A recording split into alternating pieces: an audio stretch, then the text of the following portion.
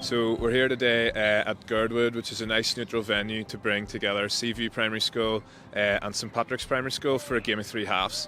So the kids of P5 age group, just boys and girls together, get a chance to play rugby, football and Gaelic mixed in together, and basically make new friends, try new sports they maybe haven't had a chance to play before in a safe, fun environment.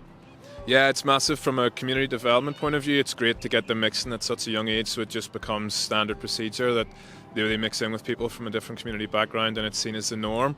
From like a sports development point of view, it's massive. We would always encourage young players to play as many sports as possible with as many different size balls and shaped balls, because that skill development is amazing at such a young age, and the skill sets are really transferable as they grow up and then finally maybe pick one or two sports that they're going to try and specialise in.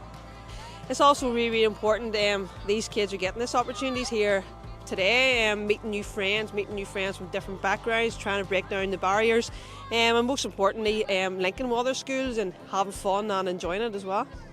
So today is all about bringing young people together, using sport as a tool to break down barriers in local communities.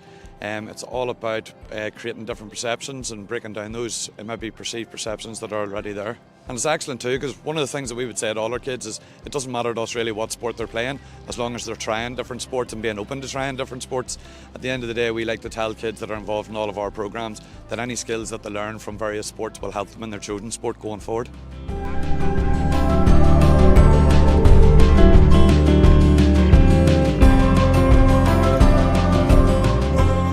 I think, regardless of affiliation, sport in general is a massive part of growing up and a massive part of being able to learn how to work with each other, and a massive part of being able to set yourself goals and targets, and understanding that even whenever we fall and we have the tears and we get back up again, that's a life skill that you learn through sport brilliantly, and sometimes you got a friend that can help pick you up as well, life skill that you can learn.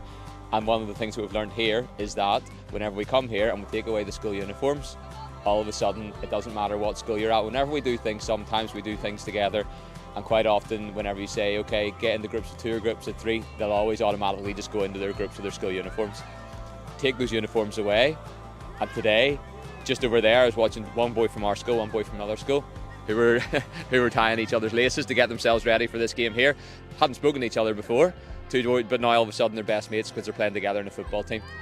Well, mental health obviously is a big thing at the minute coming out of COVID, and sport is also a great equaliser. So they're obviously children from 2 communities, and I think it's important that they live in the same city.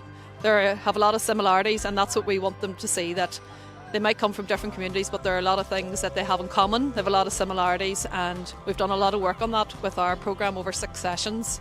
And I think sport is something then that it's really easy to get them to come together and to work as a team.